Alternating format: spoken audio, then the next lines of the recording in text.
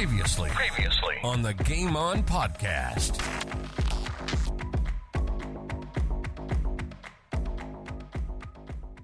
For some reason, I played some trials, and the weed put me in the reserves trials.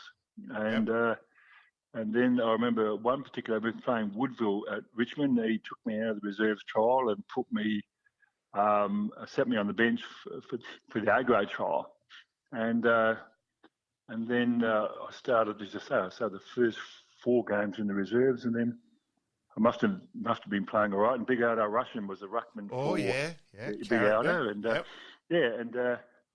but I remember walking off training one Thursday night, and we'd come up and said to me, his words were, "Better shine your boots up. You're in the A-grade this week."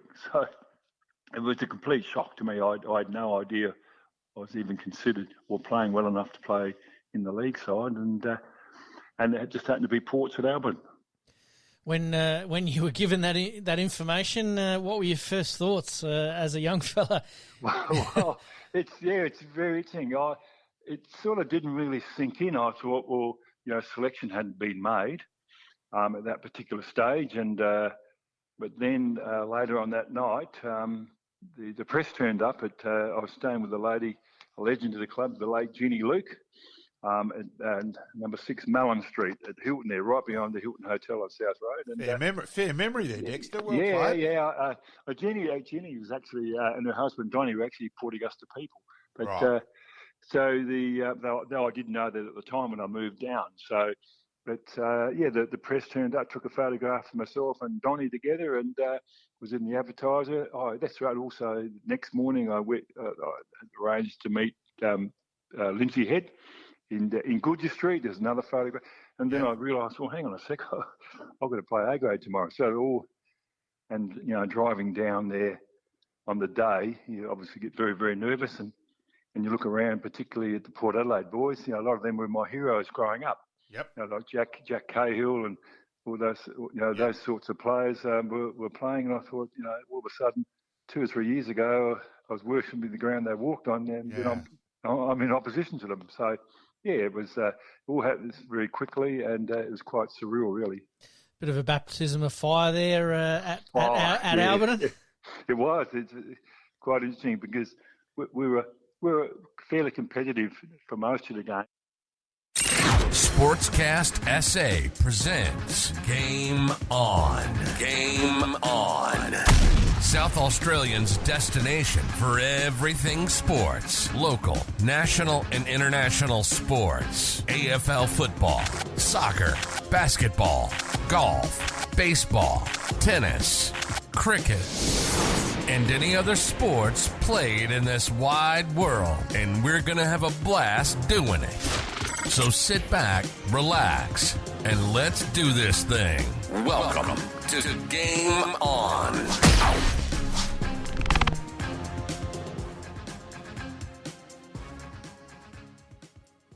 Welcome to Game On. My name's Pete, once again joined by Malcolm and Dexter there talking about his first game, and we were only just mentioning it before we came on air that he's only 15 years old playing a league game. And how good was his memory to quote addresses and all that from back then? Yes. A fair effort.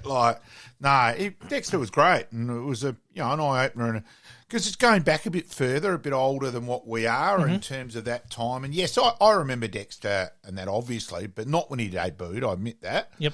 I knew he was the youngest league debut and that sort of thing. But yeah, it was great to learn a lot more about those times as well. Absolutely. I obviously knew Dexter, the name Dexter, myself personally, from the 84 grand final, which is one of my all-time favourites. Yes. But, his record at West Adelaide is just amazing when we were talking about it last week.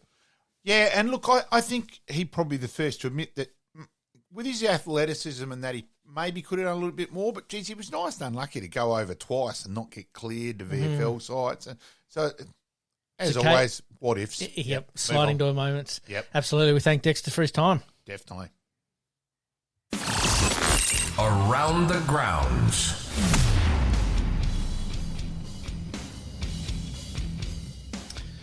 Today, mate, we're going to have a look at the horse racing, some AFLW, the rugby league. Our special guest for tonight is none other than Neil Baum.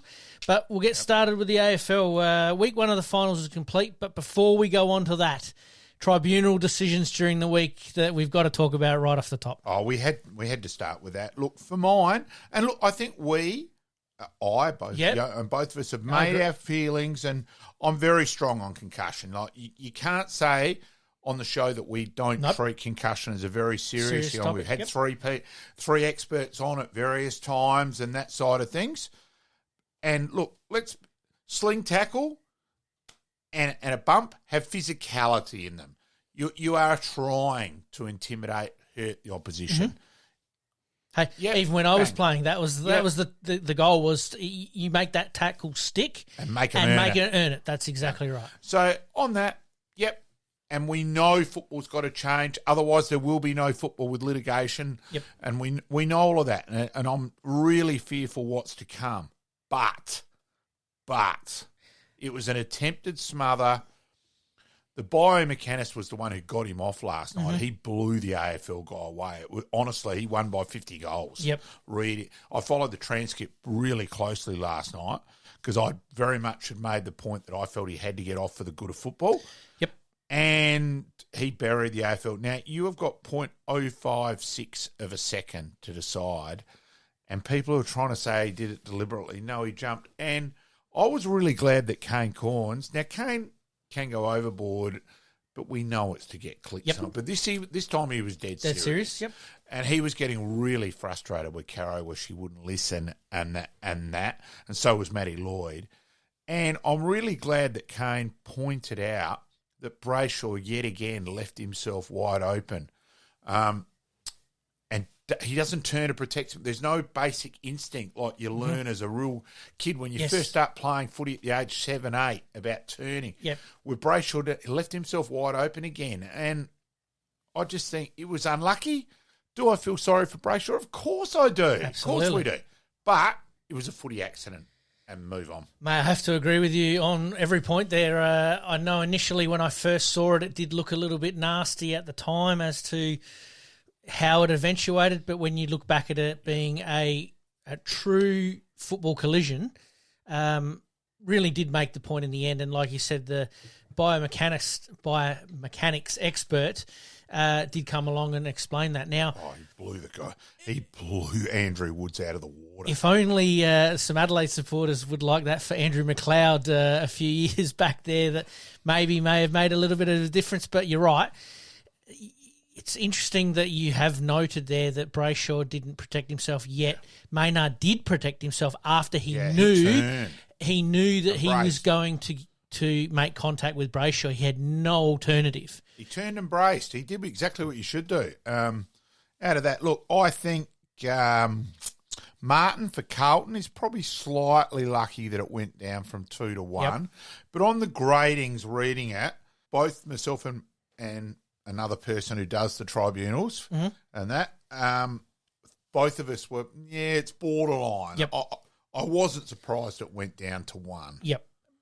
Maynard was probably reckless. So was Martin from Carlton as well. I was surprised that the AFL never took issue with the Maynard one.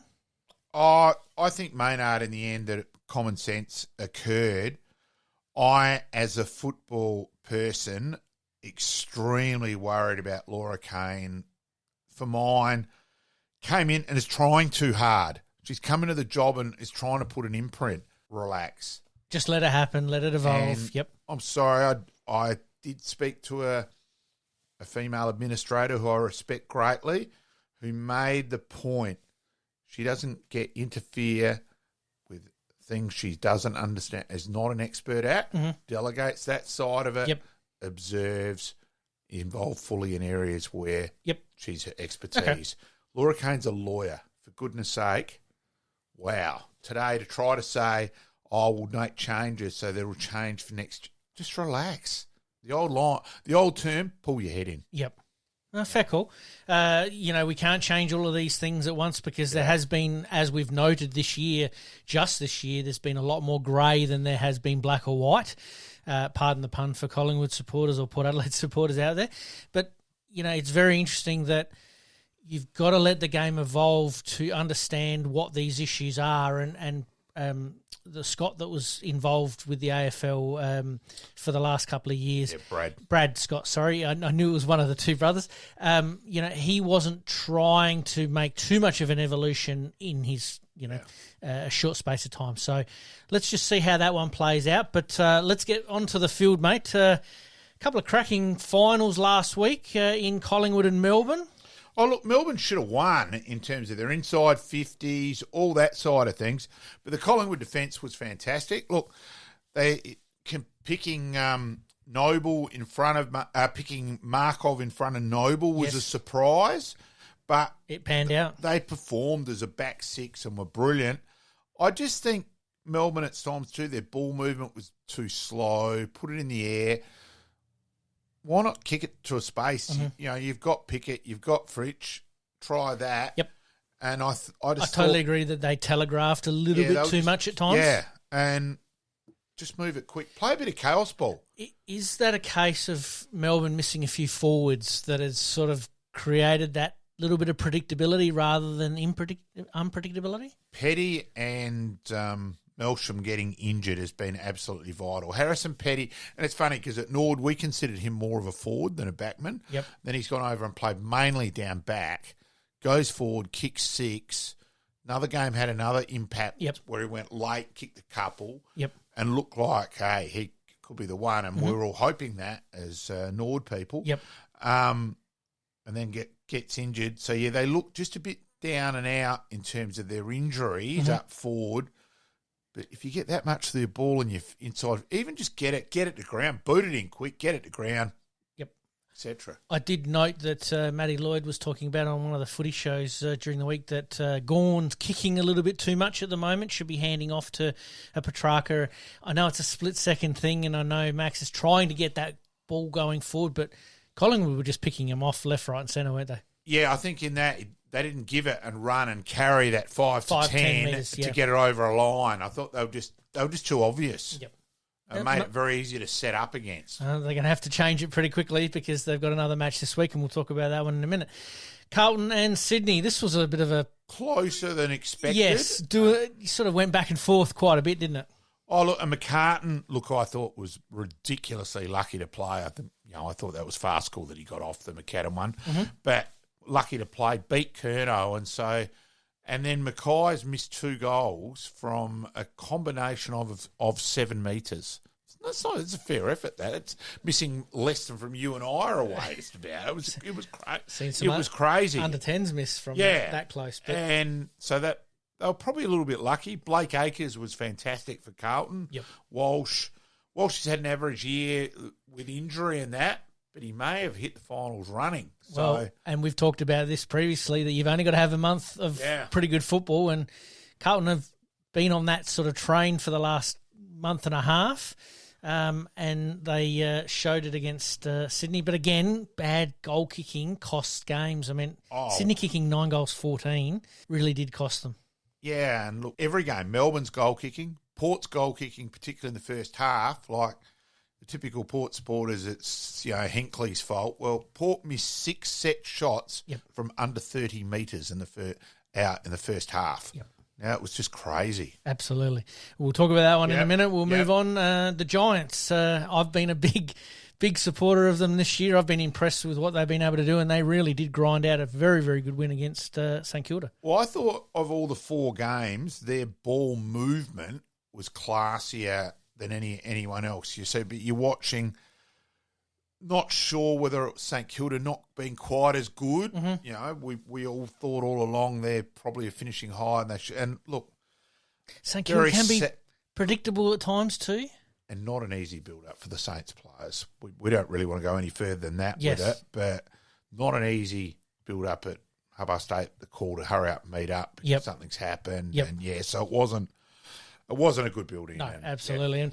And like we said, St Kilda, as far as talent-wise, they've got some talent, but we didn't necessarily see them making the top 8. So Ross Lyon's done a very, very good job. I think he's done a fantastic job. With what he's had available at times throughout the year. Sensational job, because I think their last few picked are probably lucky to be on a list on some of them, and they're playing regularly. So I thought St Kilda Absolutely. where they finished was, And GWS, conversely, new coach, new style, but sort of tapped into a little bit of the old style, and they look like they've got their mojo back. Yeah, and look, I think we thought, they've lost Taranto, lost Hopper. Is that going to expose them in the midfield?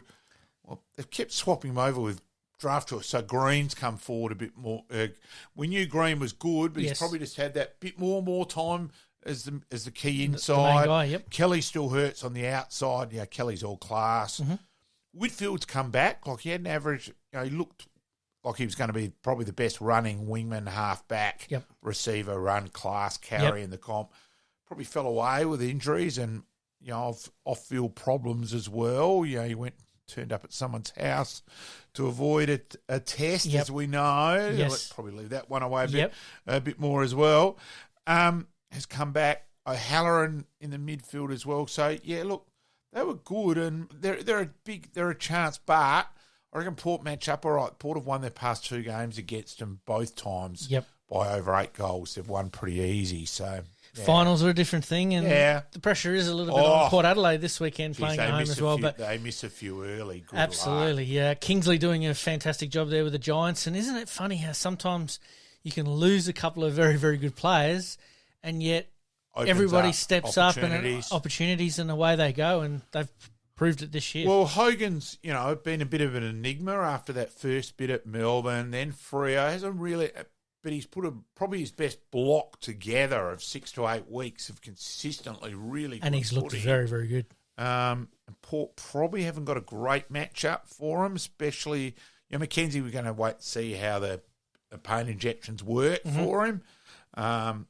Him and Alira both carrying injuries, so it's not ideal going into final. Riccardi looks okay up forward for GWS as well, so And then we move on to the game that we'll cover for most of our listeners, being predominantly South Australian, but we do have some interstate and overseas listeners. Those American, there's a few GWS amongst our American supporters. Absolutely, the Brisbane Lions really getting a hold of Port Adelaide, and 48 points in the end probably flattered the Lions, Port Adelaide a little bit at times. If Port Adelaide had kicked straight, it probably would have been a bit closer. So it's very interesting. I thought Port should have been up at half-time. The amount of quality play they had and good looks and good chances, they probably should have been in front at half-time. Then it's a different game. Look, but, Marshall's kicking for goal. Is it caused by a hip injury? Port have hinted at that, so he mightn't play. But, him, Finlayson, Rioli. Ollie Lord played brilliantly. He did a great job on Andrews. Yes. Kicked 4 and cut Andrews down to nothing. Yes. So if you'd said that for the game, you would have thought, there would be the big chance here. So I was disappointed with Charlie Cameron playing for free kicks too much. Just go off the ball, Charlie. You do that sort of thing. As we know, Ginnivan has cooked his own goose at Melbourne with his at Collingwood with his ducking the head. Now he should have got one when he came on late. Yes, but umpires have wised up a little bit to it. Yeah, and it's human reaction. Yep. Well, Charlie. I can tell you now, as an umpire, that would have been discussed at training this week amongst guys. Geez, Charlie Cameron was a bit of a dick, and all that. Yep. It's human nature. It was dumb. No, fair call. All right, we move on to this week's semi-finals. Melbourne v Carlton. This one's going to be a belter. It will. I reckon we always get a little bit seduced with who wins the first week and dismisses who lost. Yep. I think this could really go either way. And if Melbourne make use of their opportunity, their balls they'll get, they should win. But it's a toss the coin. I'm going to go for the D's, but with no confidence, obviously. Yeah, well, I'm going to go for Carlton, but with no confidence myself. Yeah. I think Carlton are just playing that little bit of chaos ball a little bit better than they have been. Certainly through the beginning part of the year, they try to be a little bit too perfect, whereas now they've embraced that, which is, I suppose it's come a little bit from the Richmond style of play, where they do embrace that the imperfections.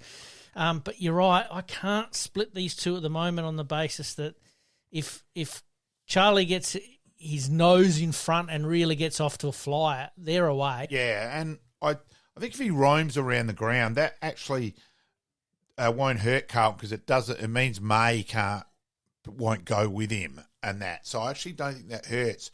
I was really too glad I can't remember which show I was watching, let's be honest. There's 8 million footy shows, so you get them mixed up. Yep. But it pointed out Blake Acres' unselfish running. Yes. Not only the touching, the couple of balls in the goal square, but one at the other end where he created perceived pressure and Cottrell got a goal out of it. The Mitch Carroll twin, we are questioning Sonia Carroll if she did whiz over to Melbourne at one stage. Yep. Fair call. And so that's a bit of a joke amongst the Nord fraternity. Yep. And so out of that, look, toss the coin. It really is. Absolutely. And then we move on to the Saturday night game at Adelaide Oval, Port Adelaide v GWS. Or as Kelly Underwood, the orange team, the informed one. Look, again, if Port kick straight, I think they'll win. But GWS's ball use, you could see Hogan posing Port troubles. You'd think Drew would go to Kelly, you would think. Mm-hmm. But then Green, whether Port's someone. And I think Port have also played themselves into a bit of a corner that correctly they want to use Butters, Horne-Francis and Rosie on the ball. Well, Ollie Wines has gone to a wing. Well, Ollie Wines is much for a wingman as you or me, mate. Mm-hmm. And so I think Port are a bit out of sync there. So it'll be interesting to see what they do, whether they therefore try to play Horne-Francis more on a wing. Mm-hmm. And let him run and that as well, or so I don't know. Question marks. Port Adelaide, for me, a lot of things have got to go right for them. I know they're at home, and I know that the crowd are going to be absolutely pro Port Adelaide. Totally get that for sure. But for me, there's just a lot of things that have got to go right for Port, which did go right for them throughout the year, where they did string together, 12, 13 wins in a row. As far as the top eight teams, things have to go right for them. A bit like St Kilda, things had to go right for them to advance, and I just sort of feel that way a little bit with Port Adelaide at the moment as well. Yeah, and I understand exactly there, and let's be honest, those 13 wins in a row, did fall in a couple, like the extraordinary result with the Sydney game where Aaliyah touched it, where that goes a half a yard longer they miss. Yes. They don't win that game. Same with the Eston game, the other way round where Houston kicks the goal or it just goes. So it is, to quote John Griffin, it's a fine line between pleasure and pain. Griff would have been worried if I hadn't said that. Fair call. So for me, look, I'm still going to back Port Adelaide because it is their home game. I'm, again, going to say I'm quite impressed with GWS this year. They're a hard team to play against. Like you said earlier, their last two matches that they've played, they've won by an average of 7 or 8 goals. But finals do funny things to people. Oh, look, if GWS get on top early, that Port crowd, and they make some errors, they'll eat them alive. Yep. So, out of that, I do give GWS a chance, but I'll tip Port. Port Adelaide, fair call. All right, let's move on to the SANFL. Some qualifying finals this week between Sturt and the Bulldogs. And for 3 quarters, this was an absolute belting game. Yeah, and it was. I was standing with the Centrals, with Greg Smith, that we've previously had on the show, with Smithy and a few of the Centrals guys there. And, I thought it was going to go to the wire, but Sturt's pressure in that last quarter was fantastic. Their tackling was just first rate in that last quarter. And, so it was an anticlimactic finish, unfortunately. Mm-hmm. Central's doing very, very well to get this far. Start of the season, we weren't quite sure what to make of Centrals, and they've unearthed some talent out there. But Sturt, Marty Matner, once again, really has them firing at the right time of the year. And like you said, Centrals as a club too. Let's praise them there with all 4 grades. You had their 18s and 16s highest finish for over 20 years. Mm-hmm. The 16s in the grand final this Saturday. Yep. Sunday. I'll certainly go 9:15 start. Mm-hmm. So I'll be there early. Probably go and look for Shane Edwards and say hello there. Yes. And their women's program winning the flag under Ben Hunt. Yep. And Shelby I've met Shelby now a couple of times with Smithy in the last couple of weeks. Mm-hmm. So as a club, they're on the fantastic improvement.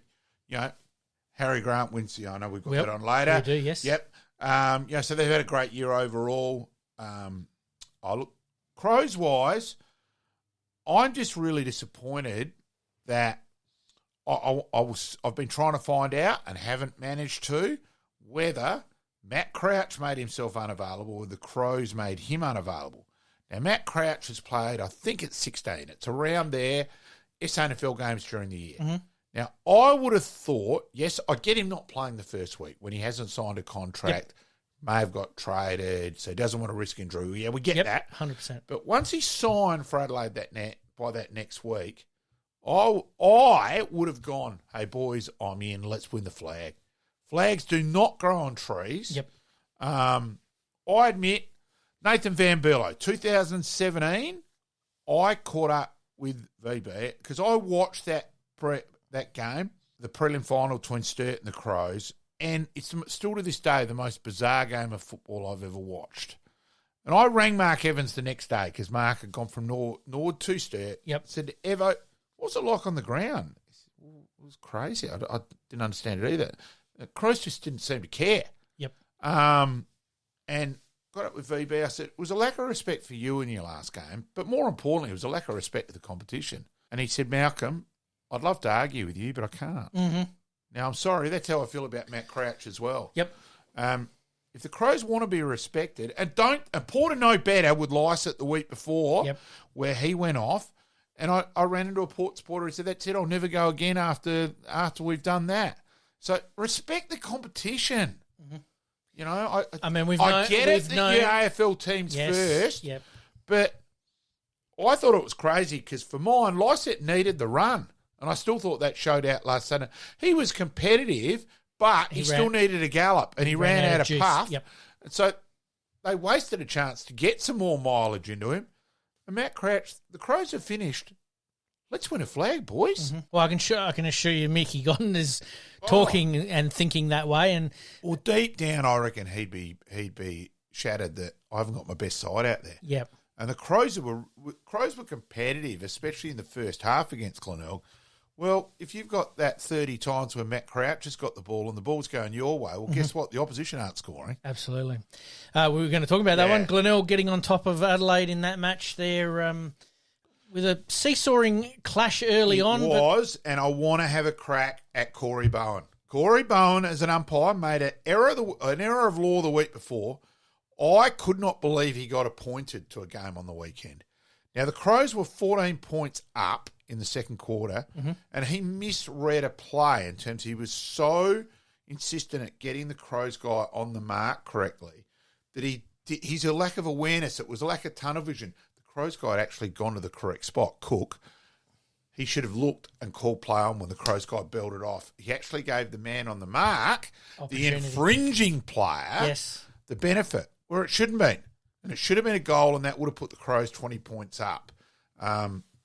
And yet again, it was a poor call by Corey Bowen.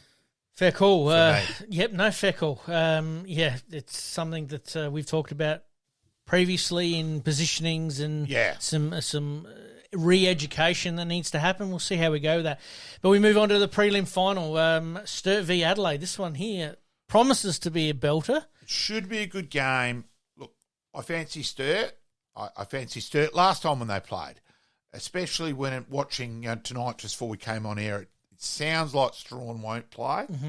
I reckon you get away a bit with makeshift ruckman for a week or two, but Ball Ace will go in that bit sorer because your body's not used to that collision as a ruckman, the pounding you get, and he'll go in that bit sorer. I'll tip Sturt. No, fair call. I might go with Sturt on this one as well. I think Adelaide have been pretty brave with some of their top-up players this year and some of their AFL non-players playing in the SANFL, really holding that team up and really going to the structure of what Mickey Godden has wanted.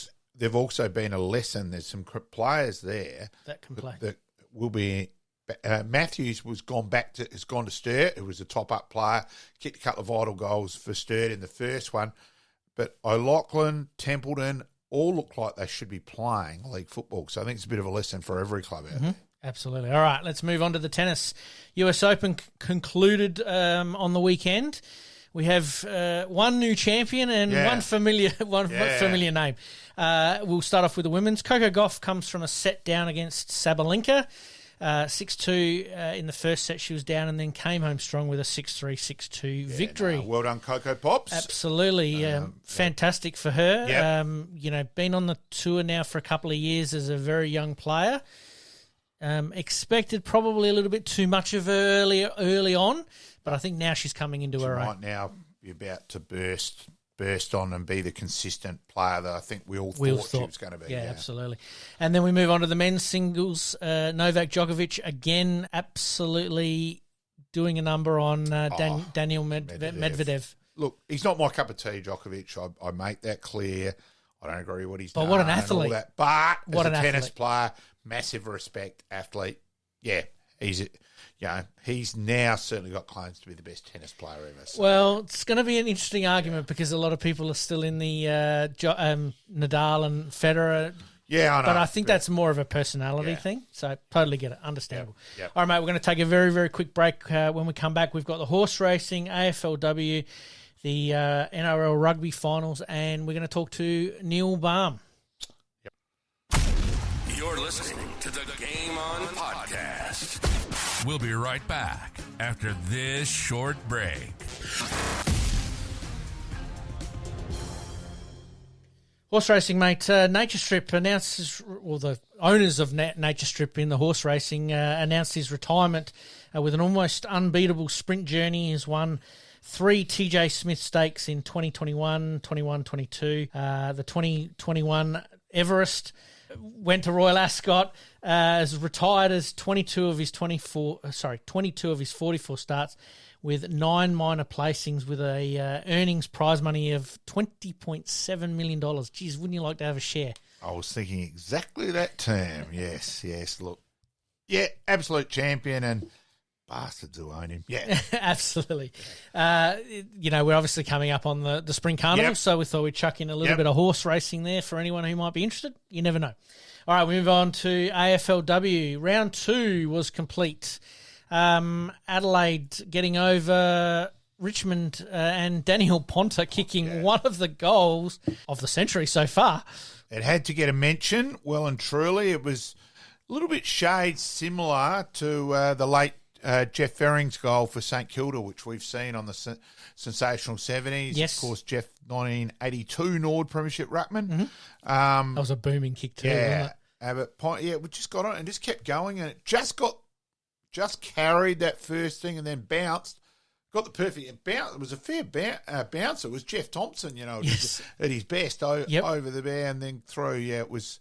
I admit I was at the Payneham Tavern at last Friday night at that stage, and there weren't many of us there, but we did make a bit of a noise there. Absolutely. Crows winning by 29 points at Icon Park there, or the old Princess Park for some of our older listeners. Adelaide just doing what they need to do at the moment and playing some very, very good football, even though they've lost a few over the last couple of years. Yeah, and probably moved their players around, and it's working. If another injury with Allen hurting a hammy, I'm going to miss a few, which is joins the other Allen as well, and that. So both of them with hamstrings. It's a bit costly, but so they play Essendon this week at Unley on Saturday. Yes, I did make note of that as well. The Suns defeating West Coast Eagles by 73 points. We've got Geelong defeating Sydney by 27 points. Hawthorn defeating the Western Bulldogs by 7 points. Collingwood defeating Fremantle by 21 points. North Melbourne absolutely taking Carlton to the cleaners by 60 points. Yeah. Essendon defeating St Kilda. Melbourne defeating GWS by 77 points. And the Brisbane Lions defeating Port Adelaide. Yeah, pretty convincing in that game too. Really, they probably rebounded. They were probably the biggest surprise From in round one. Yep. And certainly rebounded pretty strongly. And, we're just way too good for Port. Yep. All right, moving on to round 3. We'll just quickly look at the Adelaide teams this week. As you mentioned, Adelaide v Essendon. Yeah, I'll go for Adelaide again. It's at one home. of their 2 home grounds. Yes.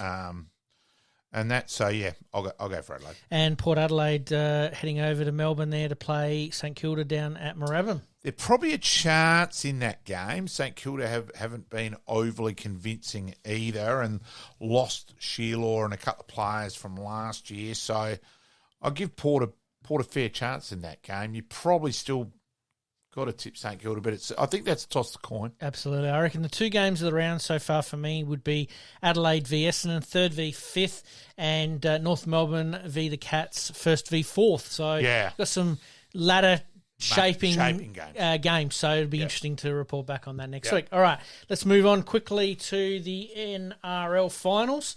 The Storm, unfortunately, did not do anything like we thought they were going to do, with the Broncos defeating them 26-0. Yeah, they weren't even competitive. Yeah, they were court marsh bowl Lily, no score. They were, and look, they finished in a position that does give them a double chance. I'm assuming that they're going to come out absolutely breathing fire this weekend, so we'll see how we go. The Panthers, as we thought, would beat the Warriors. The Sharks losing to the Roosters by a point, and the Raiders losing to the Knights by a couple of points there. So a couple of close games and a couple of blowouts as well. Yeah. So it's interesting that the bottom four were the close ones and the top four were the blowouts. So it's going to be very interesting to see how that plays out. So semi-finals this week here. Melbourne Storm v the Sydney Roosters and the Newcastle Knights v the Warriors. Look, like the AFL, generally the team that finishes higher does rebound pretty well. I'm going to back both the Melbourne Storm and the Warriors this week. And, let's see how this one plays out, because I think the Storm are going to be ready and raring to go. Yeah. So. No, you'd expect them to rebound. If they don't, then it's could be the end of an era, but we've made that mistake before where we've thought it's the end of an era and it hasn't happened. So... Yep. All right, let's take a very, very quick break. When we come back in our Past Players, Past Legends segment, we've got Neil Baum. You're listening to the Game On podcast. We'll be right back after this short break.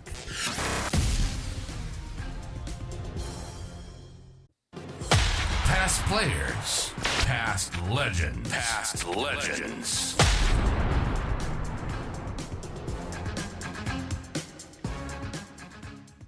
And tonight we are privileged to have Neil Baum on. Of course, 1970 to 1979 at Richmond, 159 games, 229 goals, dual premiership player in 73-74. Barmy will shoot me for that mistake. In terms of that, look, I like this line from Mike Sheehan, where Mike says his reputation as an enforcer undermines his true worth as a player. Dual premiership ruckman forward, kicked 229 goals, including 55 and 72. Mike named Neil as number 16 of his top 50 Tigers. For me, that describes it pretty well. Of course, more importantly, 13 games for Nord, 22 goals. Dual premiership coach at Nord. Great to have you on board, Barmy. Pleasure to be here, mate. And probably your most courageous thing, you survived the lift with me back from Tanunda a couple of weeks ago, Barmy. So.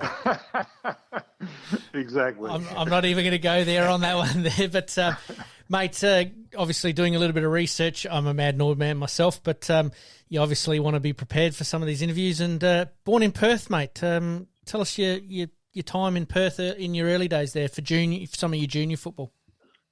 Oh, well, I love playing footy. I played for Mount Pleasant in the old days, and they were the Tigers. Would you believe that? Bit of irony. Wow. Yep.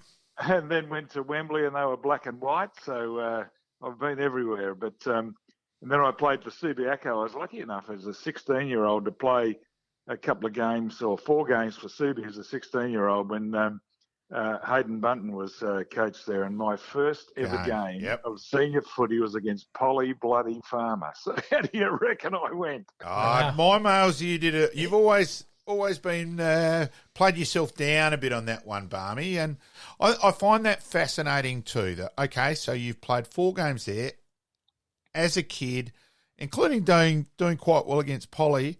Then you end up going. Your father gets transferred at his employment to Victoria. let people in, because probably everyone's not quite aware, Collingwood were making a play for your dad, but let everyone know how Richmond convinced you to get you on board. They were a bit smarter about it, Barmy. Oh, they were very clever. As it turned out, we landed at Essendon Airport in those days on January the 4th, 1969.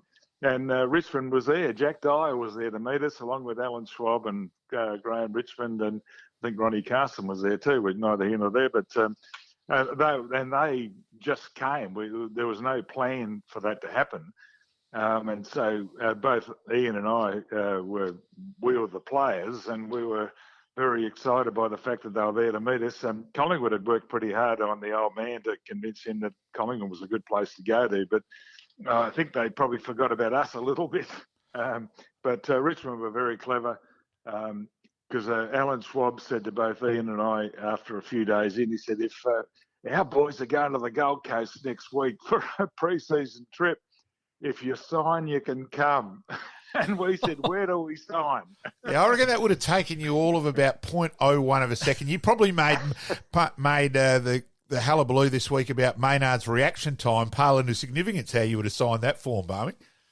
Oh, no, it was we're from Perth. We've just turned up to Melbourne. We'd never been to the Gold Coast. We thought this is not a bad place to go. So, yeah, we were pretty easy to get, I must admit. But it was the best decision we ever made, to be truthful. So, Richmond have been wonderful to me.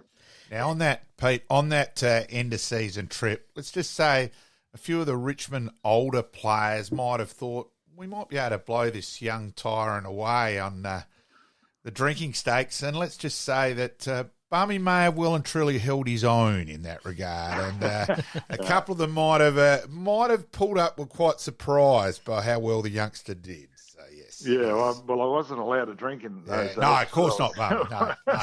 But I did have a couple, and I was actually pretty good at it. Mate, playing for Subiaco at 16, we had Dexter Kennedy on last week, playing at 15 years of age. So we're just finding all these players at the moment that have started their careers at such a young age. How did you feel being told, look, you're going to be playing in the seniors this week? Oh, I think it was just part of what we did. I was, very proud of it, and really happy with it. I'd played reserves most of the year, and even as a 16-year-old, I'd done okay.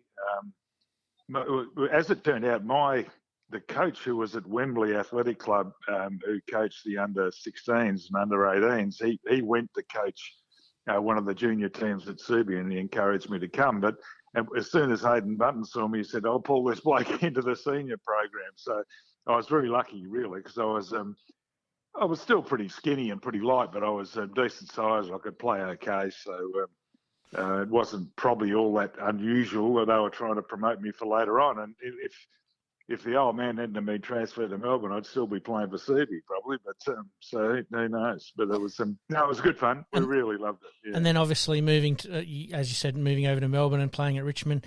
What was the process like going to a big club like Richmond at the time and forcing your way into their senior side? No, I'm just going to butt in there, Pete. I find nowadays, as we know, a kid gets drafted, they go and play, bang, they're there.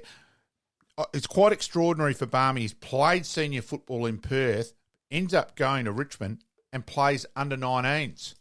I think that's where I was alluding. Yep. Yeah, which I find fascinating, Barmy, in that regard, and that you were then you'd gone from seniors and then had almost the old-fashioned build-up after that, the other way sort of thing. Oh, well, yeah, we weren't sort of worried about that. It was a bit of a difference between VFL footy and waffle footy in those days, but quite a significant difference. Not as big a difference as there is nowadays, but there was quite a difference. So I was more than happy to play under 19s. I mean, that was a really challenging program in itself. I played under 19s and reserves in the first year, and then in the second year I played some senior footy later on, but I'd had some knee problems as well. So, no, it was certainly... the fact that I played 4 senior games for Subi was almost, out of the blue in a sense, because I was only a kid. It was really only because Bunt was, trying to find a player, I think. But no, I was never put off by that. I thought playing under 19s for Richmond I played in the premiership team in '69, so I was very pleased with that. Yeah. And so then moving through the system and you're at a powerful club, just describe that, with Tom Hafey and and Graham Richmond, and we'll get onto the Graham Richmond negatives a bit later, but just more the positives at the start and just being at the Richmond Footy Club. And who took you under their wing? Oh, they all did in their own way. It was,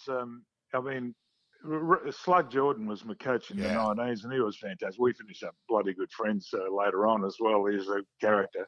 Yeah. But Alan Schwab was a very good secretary. They all, the players all took us under their wing as well. It was, it was, even in those days, was quite a, they accepted you and they encouraged you to do well. And it was a bit more challenging, a bit more simple in do what you're bloody told to a degree. But it was a damn good club. We really enjoyed it. And, I did year 12 the first year I was there, so I was still a schoolboy. So, I wasn't really part of the plan in a sense, but it was good fun. They were a great club and very challenging. Tommy was very simple in the way he coached. It was very much, put your head over the ball, try as hard as you can and kick it as long as you can, and no finessing and all that sort of stuff. So it was a different time, but I'm really good mates with a lot of the blokes I played with, the whole time. So, we were very lucky. Now, Barmy, you let people out there, mightn't you? You did try and change and get a little bit more, let's kick to the fat side, and a little bit more nous out of Richmond and out of Tommy, but didn't have much success. Describe the where you tried to with St. Francis and that for everyone, mate, because that's quite amusing. Yes, because I'm playing forward and we just kicked it long and all that sort of stuff. And I sort of used to talk about and look at it. I could see the game a little bit differently for some stupid reason. But I remember saying to Francis Burke, who was a wonderful player, and still a really good friend and a lovely person, but he was very much in Tommy's, corner. And he just wanted to present what Tommy wanted. And I said to him one day, I said, when you come streaming out of half back the way you do, and you look down the field and you see me, I don't want you to kick it to me, but whatever side I am of my opponent, can you kick it to that side? It might make it easier for me to get the ball and kick a goal. And he looked at me for 5 seconds and thought, I'm sure he was thinking, what does Tommy want me to say? He said, that's as weak as piss. Get it yourself. Very high-tech footy back then, Barmy. See ball, get ball, kick ball. And go through and look, okay, Barmy, I don't want to, for mine, everyone goes on about the physicality of Neil Balme and all that, but everyone's forgetting that the era, it's a completely different era back then. We've had enough controversy this week in general, but totally different. And every side had their physical players in it. And in that, I always think that everyone forgets a little bit of how good a player Neil Balme was, because everyone only thinks of the physicality of the Jeff Southby. We see it every year, et cetera, and that side of things, Barmy. Yes, well, it was a funny time because I was talking to the Carlton blokes the other day because a bloke called Dan Eddy wrote a book about the 72 and 73 grand finals. It was quite interesting. So I've had actually some time face to face with the Carlton guys who actually are quite, we get on pretty well to be fair.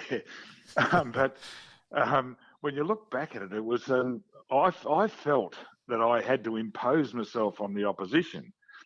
Because that was the way I saw the game, and that's not really my nature. I'm not really an aggressive, nasty person, but as a player I was. But I never did it it was never never angry. It was just what I felt that I had to do. And finally, the Carlton blokes say that the worst thing Carlton ever did was trade or transfer Ricky McLean to Richmond, because Ricky was mad. He was a lunatic. And I did sort of learn a fair bit from him. And they said the reason that was the worst thing they ever did, because he taught me to be an assassin, which is a bit cruel. And it's probably true because, that was not necessarily my nature, but I felt that I needed to compete And I felt that our blokes needed us to impose ourselves on the opposition, and we sort of got away with it. So, And you did. I mean, it's a bit nasty. When I look back at it, you think, oh, it probably wasn't the ideal thing to do. But I felt my emotional intelligence said, this is what I've got to do to impose myself on the opposition. And didn't you have a bit of an amusing thing with at least one of your kids, there might have been two, where they're playing, the grand finals, the movie grand final marathon on the night before a grand final. Of course, they've played the 73 grand final, and your son was sort of, is that really you, Dad, sort of thing? Yeah, it was William. He was only a young bloke, and he looked at it, and his eyes are getting big. He said, "Is that you?" But he did do what he was told for a little while. He thought I was mad. Had no problems with him behaviour-wise the next couple of weeks, not for a little while. Trash got taken out, the dishes got done, and the lawns got mowed. Everyone's a winner. Exactly. Mate, just going over some of that time with Ricky McLean, you guys kicked 110 goals for the season between yous. You would have terrorised a few backmen during that time? Yeah, I think we probably did, yes. No, we did have a couple of good years together, but he's a great mate, Ricky. I really got on well with him. And again, yeah, we won the goal kicking between ourselves with 55 goals each. That's a lot of goals. And of course, the grand final where you lost, the goal-a-thon effectively, where you kicked, the score Richmond kicked in 72 would have won the grand final, I think it was every other year. Yeah, it was a record higher score. Yeah, which was just crazy in terms of some 20. Was it 27 or 22? Some ridiculous stat and all that. But then they kicked 20. They kicked 28-9, and we kicked 22-18. Yeah, 22 would have lost. And so, but 73 then, in terms of the retribution and just okay, we're not going to let this slip. So the rivalry between Carlton and Richmond at that stage for the number one spot was pretty incredible overall as well too. Oh no, it was. They were a terrific club, and I got nothing but respect for them. They were wonderful, but they were. They knocked us off in 72. We didn't we didn't take our defence seriously enough, I didn't think, and we genuinely all committed ourselves to the fact that we weren't going to let it happen again. And which is probably why we behaved the way we did, or certainly I behaved the way I did, because we just weren't going to give them another shot at it. And in those days, you sort of got away with a lot more things. The umpire, there was only one umpire, and they could have it on the footage, but that was never taken into account later on. So you got away with a lot of things. So, and we felt that. Well, I felt that I needed to impose myself on the opposition, and I did a couple of, pretty unpleasant things in a way, but that was the way I thought I had to do what I had to do for my team and my mates. But and 73 was really a powerful year, and we won again in 74 as well. Yeah. So it was wonderful. Yeah. So you were a dual premiership player by the age of 22 as well, Barmy. So I think people there are forgetting that. You were still a kid to a large extent, especially as a big man, and had obviously a very, very successful time already, Barmy, sort of thing. Yeah, so I mean, the sad thing for me as a player is that I finished at 27 because my knees were buggered, but it was hard work. But because we had a crazy pre-season in 79 where they made us run up these crazy hills, and that finished me forever. I don't think I've run since. Or no, a little bit. Played a couple of games for the mighty Redlegs, but not that many. Yeah. That's we'll get to that. We'll get to that. Don't worry about that. 77 was 77. Where you came runner up in the BNF? Did you think that was your best year overall? Yeah, so I played the best that I'd played, and had a consistent season. I rucked the whole time, and. No, I did play pretty well that year. I was starting to break down a bit after that. 78, I still played reasonably well, but I was battling. In 79, I only played a couple of games. My knees were gone. So, but no, 77 was probably my best year. I'd worked very hard off the field to get myself a lot fitter as well. I virtually ran every bloody day of my life with Johnny Tolman, who was a professional athletic runner, and quite a few players trained with him at the Caulfield Racecourse. So I just ran and ran and ran, which I didn't love all that much, but I had to do it. So The other thing fascinating that gave me a good background for 77. Yeah, fascinating bit about that, Barmy, was quite where I've read it in Dan Eddy's book, and that was how many of you you're all from different clubs. So imagine that nowadays, training together. Well, no way in the world does that happen nowadays. Gosh. So. Oh no, but Joey Tolman was a terrific guy. He had a sports shop down at Heidelberg, and he was athletic runner from a long time, and there was Len Thompson and Desi Tuddenham and I think Barry Goodingham and even Mick Nolan trained with us for a while, and quite a few others. It was it was good fun. It was Sam Kekovich, and I was good mates with all of them actually, as it turned out. Now during that period, did you get to play any state of origin? Well, I played in the first ever State of Origin game for WA. Yeah. It was 77, I reckon, which we smashed the Victoria from memory. But yes, I think I saw the old jumper the other day. I think I've got that somewhere. That's the only bit of memorabilia I've got, but I found that running around. So I'm not surprised with you, Barmy, that wouldn't be your strength to hang on to gear and know where it was and all that sort of thing. Well, I got no idea. I got no Richmond jumpers, no nothing. I just happened to be looking the other day, yesterday, and I found this Western Australian jumper. So I might sell that one day. You never know. Put it in a frame. You never know. So.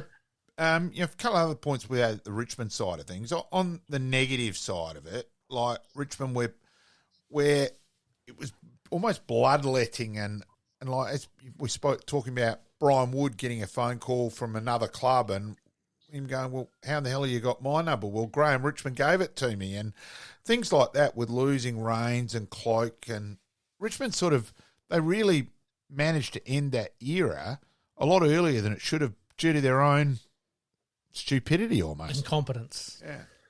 Yeah, I felt we did lose our way. We lost respect for the individual within it, which was, GR had been wonderful. He'd sort of set the whole thing up in the 60s and the early 70s, putting the teams together, etc. But in the end, it was just a little bit over the top ruthless. I mean, we just lost players that we shouldn't have lost. I mean, Brian Wood is the easiest bloke in the world to manage. And, he's a good player. Rainsy could have been the best player we ever had. And, David Cloak, God, he's not hard to manage, but I'm not even sure how it all happened. I think they probably got offers from other clubs, and they went to the club and said, oh, look, I've got an offer. What should I do?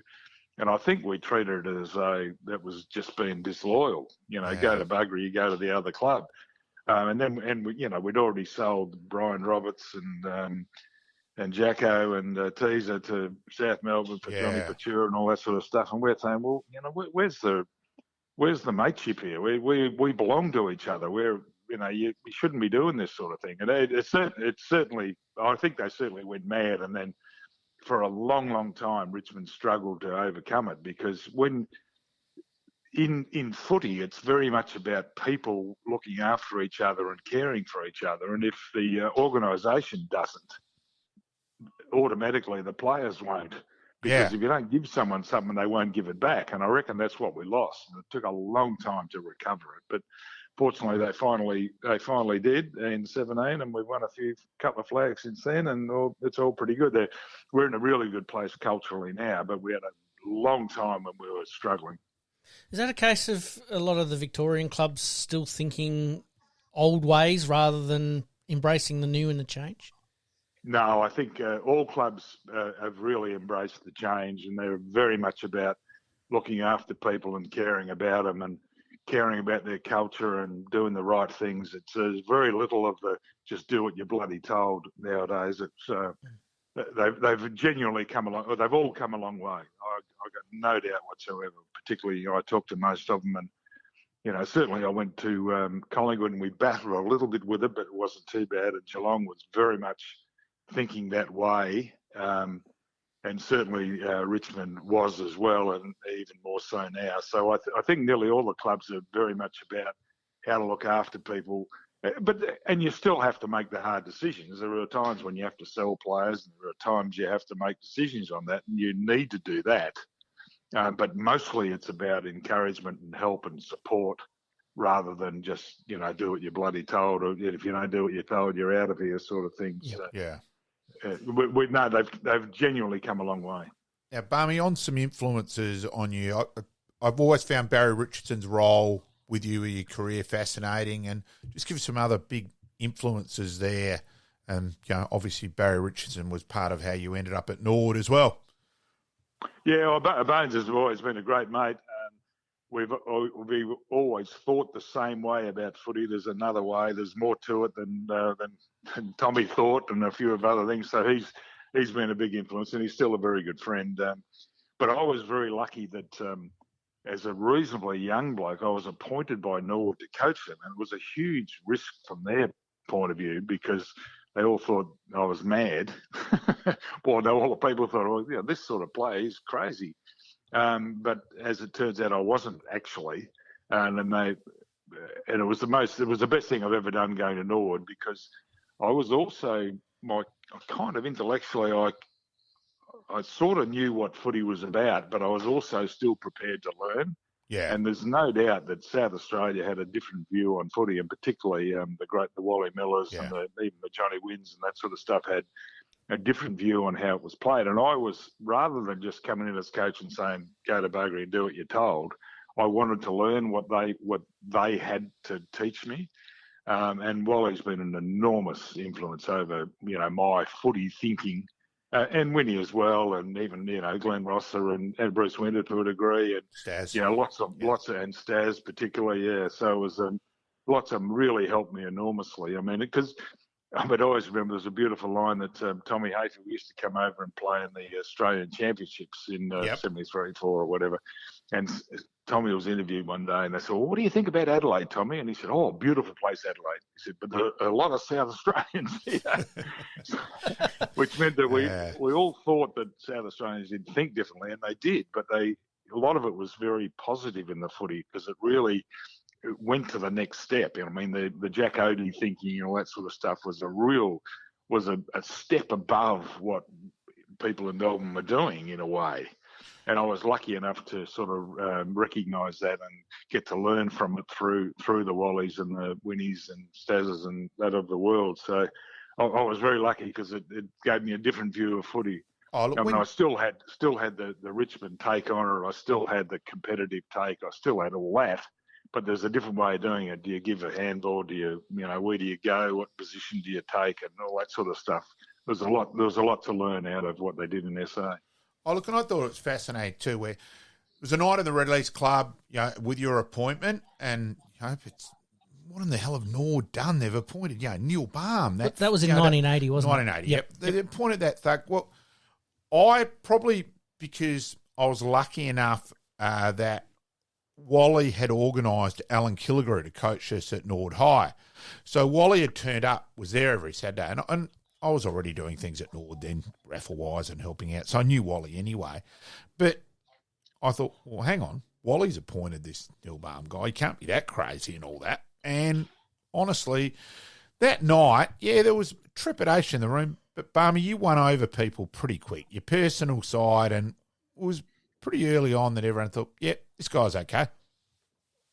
Oh, look, funnily enough, Killer coached me for a while at Subi, as it turned out, and I sort of knew him all. But, it was a risk that the club had taken. But certainly, I know Sheeds and Barry Richardson had both spoken to Nord at the time, and they both recommended me to Wally, etc., as a reasonable bloke to do the job. So I had a few people in the corner who were looking after me. I'd not really thought about coaching at all. I thought, I'm just going to work like a normal person now.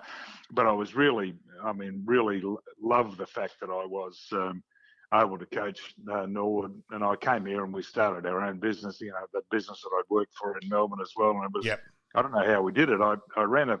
We finished up running a factory with 60 or 70 people working for us, and I ran a footy club, coached a footy club, and had a family. I don't know how the hell did we do it in those days, but it was wonderful. I really loved my time in Adelaide, and particularly at the Nord Footy Club. And I think in 1982, Barmy, we didn't start well, but as you said, you were prepared to listen, and it was Bruce and Stazzer and that going, well, Barmy, we haven't got a Royce Hart at centre half forward. We've got to change things up a bit here. And from there, I think everyone forget that Norwood came home like a train, and we were bloody unlucky. You know, Hugo getting injured at work of all places when he was having a really good, strong year, especially at the end. We end up with having to play a kid, Nick Walker, in the ruck against a bloody strong Port side in the grand final, where we come from the elimination final, and we were. And Michael Taylor played one of the great individual games. Where he took Russell Ebert to the cleaners. We nearly got up in that GF. Yeah, in 80, yeah, absolutely. We did a great job. But Kingo was wonderful, wasn't he? He was one. He gave you absolutely everything. But he was a beautiful guy, lovely fella. But and it was interesting too, because he came to me and said, "Oh, the Melbourne teams want me to come. What should I do?" And everyone's saying, "Oh, we got to keep him." I said, "Well, no, mate, it's good for you. Let's go and do it." So I think I set that up as well, that people realise that I wasn't just there for us and me. Well, we were there for them. We wanted the individuals to, if they get something out of it, let's help them. I mean, Kingo goes and plays in Melbourne, and that doesn't help us at Norwood, but it does ultimately, because he's one of ours. Yeah, and we've got to look after him. We've got to help him, and all of our kids know that we're going to help them. We're going to help them do what's good for them rather than just what's good for us. I think I was kind of ahead of my time in a little way about that. I accepted let's look after the people rather than just look after the organisation. And then, of course, 81, the unluckiest and weirdest game of football where at quarter time in the prelim final against Glen, you could actually feel the wind changing. It was unreal that it changed exactly at the quarter time break. It was bizarre. It was awful, wasn't it? But that's Footy Park for you, though. Oh, yeah, that would happen down at West Lakes there. It was a weird game. Yeah. No, it was, but that's all part of it. You got to learn from all that. Unfortunately, we were able to do a couple of things the next year, and we're very proud of what we did in 82. I must say. Yeah, it was, and we came home in 82 where we were convincingly the best side. Look, the qualifying final. Yeah, everyone forgets that we were down in that last quarter in the qualifying final, and the Keith Thomas a left-handed handball to Turbs and things like that. So. Yeah, and then we'll jump forward a little bit. In 84, the first semi against Centrals, we were nearly 3 goals down at the 22-minute mark and came home. So as Nord supporters, I think we always thought we underachieved a bit what we had, and we should have won more flags. And as I've got older, I've gone, well, hang on, we actually got up in those two, and I think we're forgetting how bloody strong the competition was and the other sides were. I reckon I've mellowed a bit and been a bit more realistic about everything in that regard, Barmy, as I've got older and paid the North Adelaide and Glenelg sides and the Port sides the respect we should have really, in time as a supporter. You know what I mean? Yeah, we're very selfish in the way we think. We only think our own way, but we also know that to win a flag or to win a final even is a wonderful effort, because everyone's doing their best. They're putting everything in, and it's very hard to predict who's any good and who's not. But we always believe in ourselves pretty strongly, so we always had some chance. But we did some great stuff. I was very proud of my time at Norwood, I must admit. The 84, obviously, year obviously didn't go as planned. You'd like to be doing a little bit better. And when did you get a bit of a sense that things were starting to change and go in your favour and then really carried all the way through to the grand final? Oh, I'm terrible. I think we're going to win every week, always. So I'm over positive. But it's so far back that I can't really recall the real detail of it all. But I just know that just a little bit by bit we were believing in ourselves a little bit more. It was a wonderful, exciting time. It was wonderful to get up that year, I must admit. But I can't quite recall all the simplicity of it and the intricacies of it, but I reckon I can, Barb. It's something to be proud of. Well, it's a pretty special year. I mean, considering he'd been there in 82 and disappointment of 83, and then coming from 5th in 84. I mean, there's just got to be so many wonderful memories with so many wonderful players during that period. Oh, it certainly was. It certainly was. We that was one of the good things about it. I think the relationship between the coaches and the players in those days, that the boys did take responsibility. They said, yes, it's our turn and let's go. So it was wonderful, really, really quite wonderful. And, some of the good fun times we had, and, like, I've never forgotten the day of the Red Club where Winnie noticed Ashley Porter in the corner, and Winnie's throwing a clipboard or something on the ground, and he said, I've had a guts full, bloody bears going to Port. And he stormed out, and all he did was walk around the corner to the other door in the blue room, and Porter was walked out, and on the back page of the news on the Monday, button to Port, and Winnie just pissed himself. Yeah, as we know, Winnie's one of the great practical jokers, and he just stitched someone else up again. He didn't mind doing that, but I was lucky that as a kid I barracked for West Perth in WA, and Winnie played for West Perth, so I remember the great JF Wynn playing from then, and then all of a sudden I come back to Norwood and he's there. He was, and we're still bloody good friends. He's a lovely person. A great man. A bit mad in the best possible way. In a calculating way, yes. Yeah, very good. He's wonderful. Now, it'd be remiss if we didn't make mention of the 84 grand final, the opening bounce, or the national anthem. Now, let myself, and probably Malcolm already probably knows this, but let the listeners in. Was it a bit of a preconceived plan that you were going to ruffle a few feathers of Port Adelaide just to put them off their game a little bit? Well done, Ian Stazanowski and Greg Nicholson. Yes. Well, we did want to do that, but it was Staz more than anybody else, because he'd played on Timmy Evans so many times. So he's spent all week with Craig explaining to him, what he might say about whether he had sex with his sister or whatever he said. I don't know what he said, but I don't mean that, but you know what I mean. Yep. And so clearly Craig's sort of been well planned, and Staz is there. He's happy with it, and for the first time ever, they've had everyone in position when the poor girls trying to sing the Advance Australia Fair, and they're blowing in the goal square. It was and then the cameras come onto me, and I'm smirking. Smiling, yes.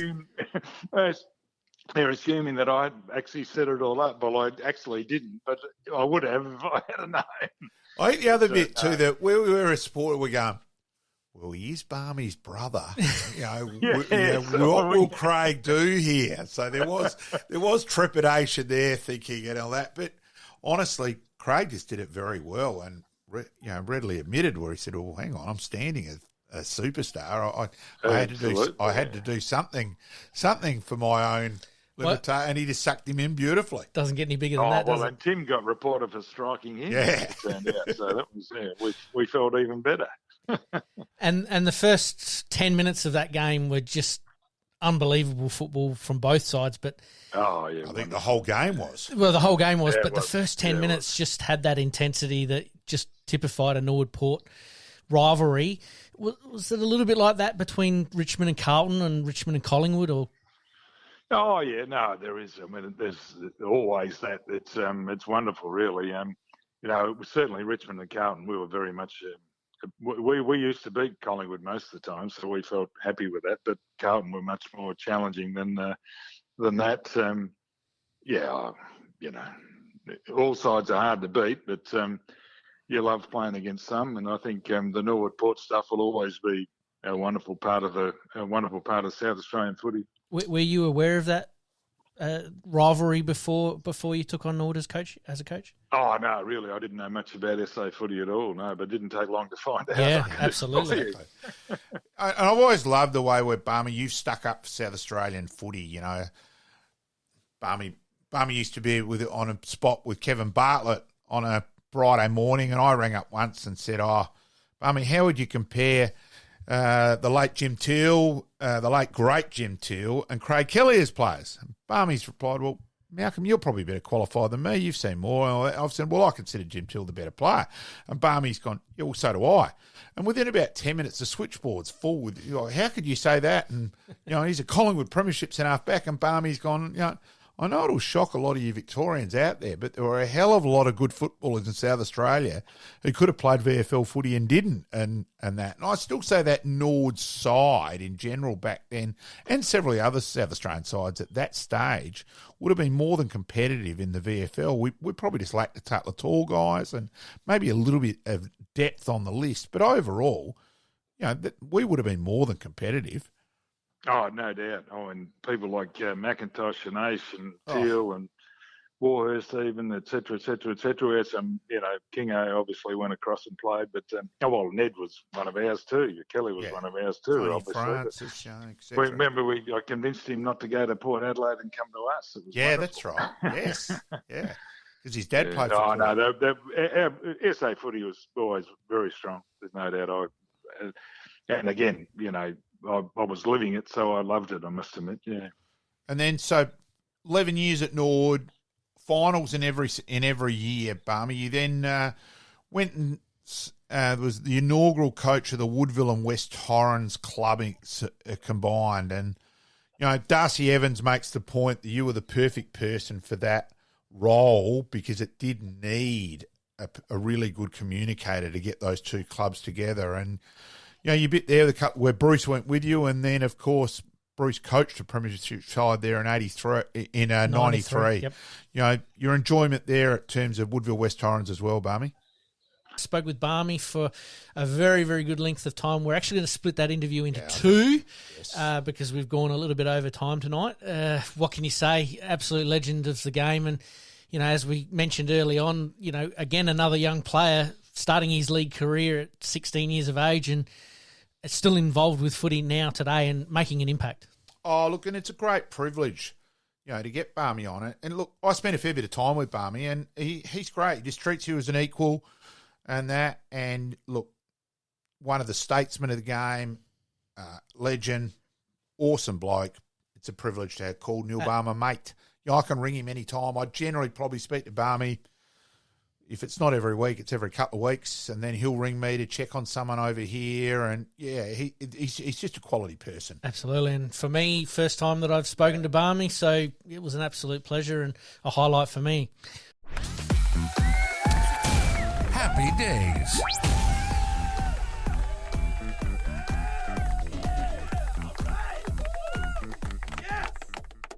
Happy birthday to Todd Marshall this week.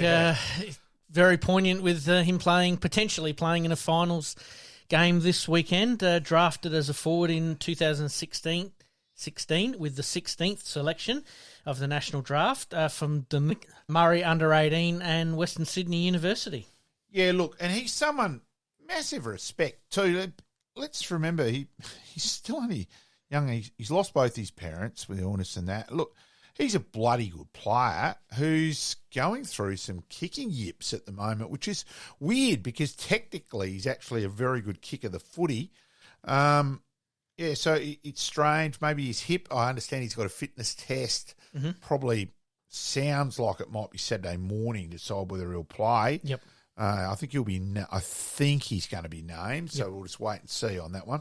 Marshall continued his development as a key forward in Port Adelaide's attack, having a career best year on the park in 2022, finishing the season off as the club's leading goal kicker. He kicked accurate 45 goals and 15 behinds in the year, clearing obviously his personal best. But like you said, gone from very, very good to a little bit of the yips. So let's hope he can correct that, but let's see if he gets up for this for this final this weekend. It's been strange. It's almost like Ian Baker Finch putting. Yeah, it's weird. So we'll see what happens. Good segue into the golf, mate. 1961, the 61st US Golf Amateur Championships won by Jack Nicklaus at the age of 21. Yeah, what a superstar. Yeah, probably the first charismatic person. Well, a bit more out there, yep. Personally, someone young and wow, and so Greg Norman later on and all that sort of things. But the blonde bombshell as well.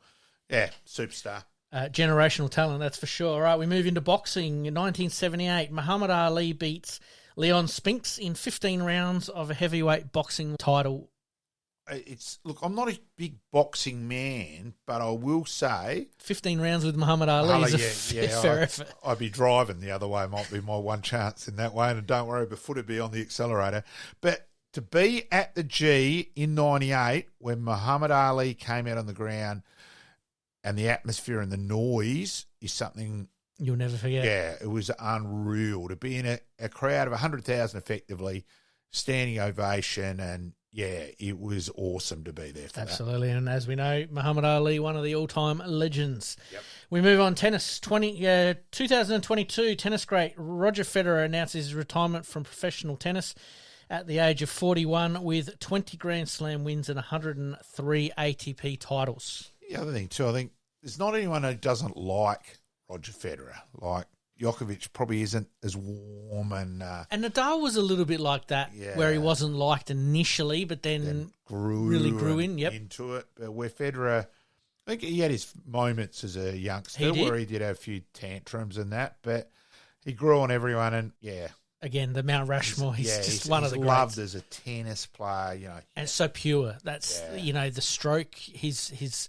forehands, backhands, just all looked so effortless and really took you back to the days of Bjorn Borg, that's for sure. Tell you what, looking at your next one on the running sheet, you can go for it on the names, Pete. All right, 2021, we'll stick with the tennis, considering we had the US Open final this week. US women's tennis, Emma Raducanu ends Britain's 44-year wait for a women's Grand Slam singles title, beating Leah Fernandez of Canada 6-4, 6-3.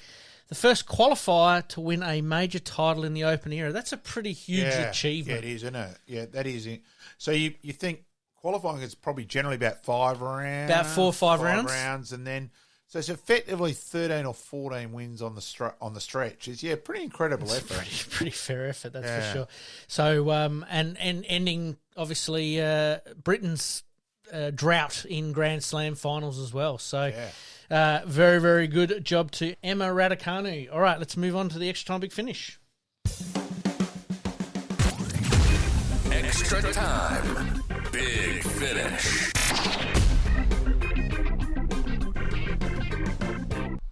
All right, we start with the SANFL. We did forget to mention it a little bit earlier, but congratulations to Harry Grant from the Central Districts Football Club for his Magarey medal on Monday night. But Nick Rokar coming in very close second. I admit I'm very glad he didn't lose by 1 vote, because he only got 2 votes last round. Jacob Kennelly got 3. Again, that was the game against the Crows. And, I can't believe he didn't get the 3 votes in that game. Look, I've always thought it weird as an umpire that an umpire's award's the most prestigious, because there's games you walk off as an umpire, you had no idea. Mm-hmm. So I've always thought that's weird, but that's footy. That's how it is, yep. Obviously, some Hall of Fame inductees. Sturton Central District's life member Daryl Hicks and Glenelg great Nick Chigwidden. Yeah, and look, Daryl Hicks is going through some health troubles, dementia and that side of things, and I knew his son-in-law played footy for uni, and I got a message, and his daughter bought a copy of my book for Daryl to try and go back for the past on particularly on the chapters of like Ross Dillon and Roger Woodcock and that sort of thing. So I did go and say hello to Daryl on Sunday, and because the Centrals guys, I'm not sure if he knows us, and we're a bit, I said, no, bugger it, just walk over and say hello. I think his wife really appreciated that. Yep. And, look, 4-time premiership player, Daryl, certainly a legend of the game, huge respect at Centrals as well. And it was interesting standing with the Centrals guys. I could certainly tell well and truly see the respect he was had in. So that was actually quite, as a non-Dogs person, it was actually an interesting observation. And, look, Nick Chigwidden, bloody good player, runner-up in a couple of Magarys and all that. So he's obviously a good player, but it's what he's done off the ground is been more important. His influence on the Glenelg Footy Club when they were struggling big time, and him and Keith Coleman and that on the part with the past players and others, obviously, Rexy Voigt, Tony Simons, etc. But he's been a huge influence on Glenelg Footy Club and making sure they're still around, and massive respect as well.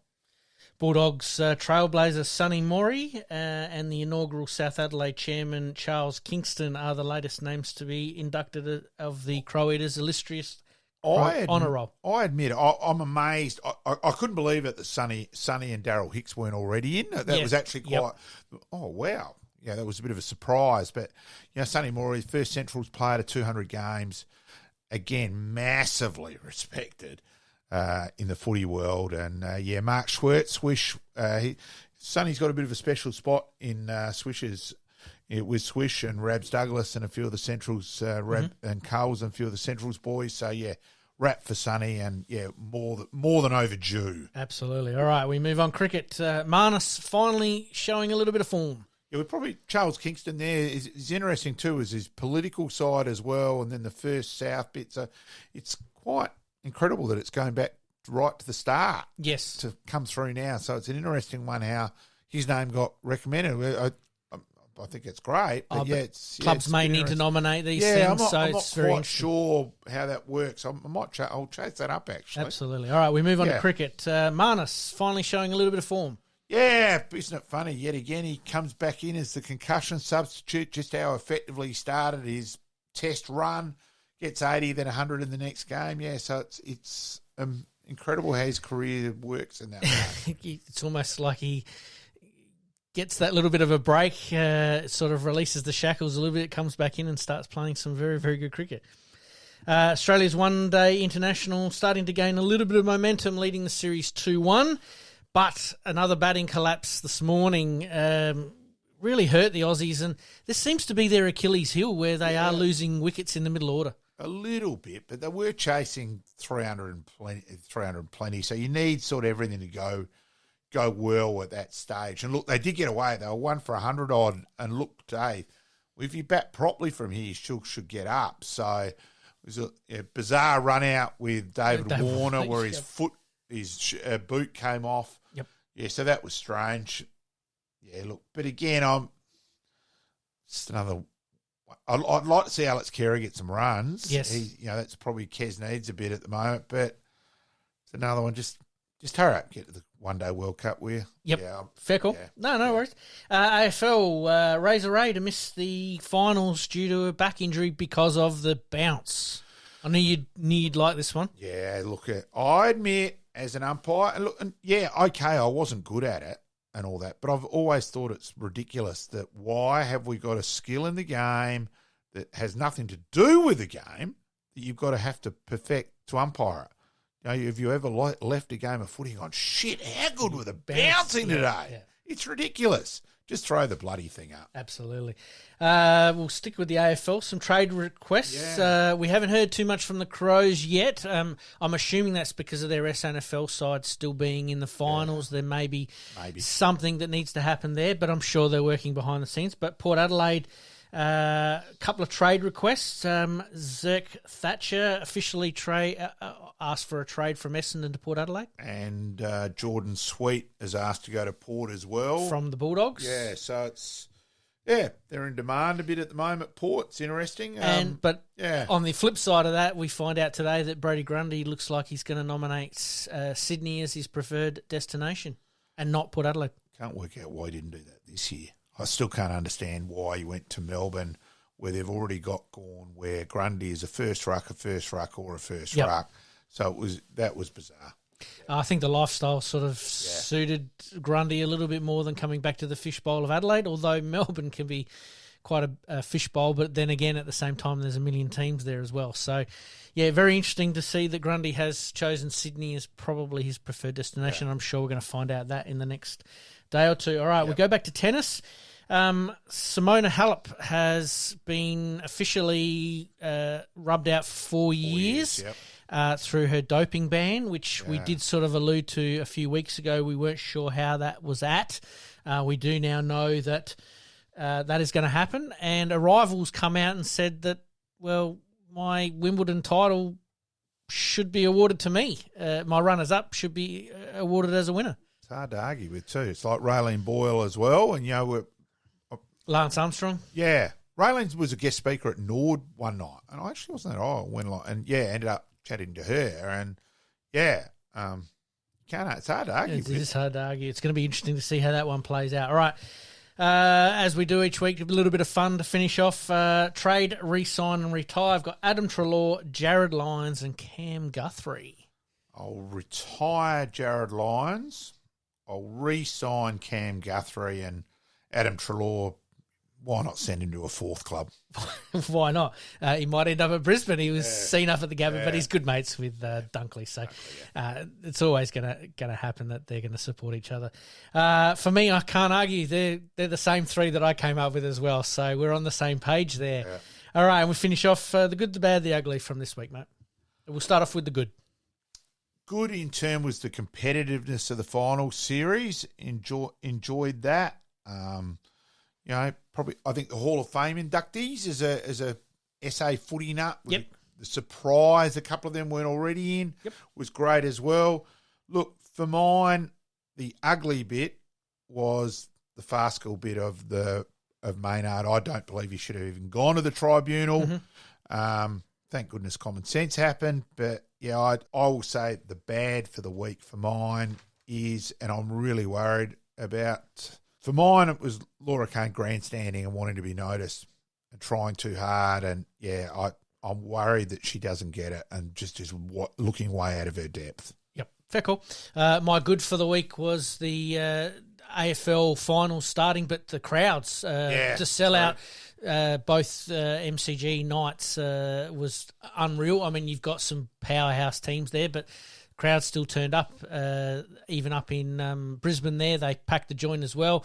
I'm assuming that this weekend here in Adelaide there won't be a seat left in the house either. So Liam Robinson from Nor went along. He said the noise when Carlton's last goal, he says the loudest noise you ever heard. Well, we've had to wait 10 years, mate. Yeah, but I did say, well, surely when number 26, which is him obviously, kicked the winning goal against Port, that it was louder, and he laughed at that. And I said, well, I'm sure the scoreboard was louder, and he replied back, there's no doubt about that, Malcolm. Fair call. My bad for the week was probably the tribunal sort of being a bit up in the air, a bit like you, that, a football collision is a football collision. Yeah, all right, it didn't look good. But you've got to take into account some of those nuances of the game that have been around, and we did talk about it with Barmy, that have been around for 168 years or however long it's been. It's very hard to change that as well. As I said, the intent is different. You're not there in a smother to it. So it was just an accident. I don't understand how anyone can't see that personally. And my ugly for the week is probably one of the better umpires not being available for the finals because of back injury, because he can't bounce the ball, which is unfortunate. I think Razor at times does grandstand a little bit, but at the same time, he is a very, very good umpire. And I hate him available. I get that, but I hate when he puts himself before the game, and that's where he loses, mate. Yeah, fair call. All right, mate, it's been a huge episode. Once again, we spoke with Barmy for a very, very good length of time. We're actually going to split that interview into two because we've gone a little bit over time tonight. But we do thank Barmy for his time. We probably could have talked for another hour, to be honest with you. What a privilege to have Barmy. We spoke to him for probably 80-odd minutes in the end. What a privilege. Absolutely. And once again, as per usual, we promise to do better next week. Thanks, mate. In this crazy world we live in, we all need the distraction. Enjoying the show? Like, rate, and subscribe. Hook up and connect with us on social media at Sportscast SA. We'll see you next time on Game On.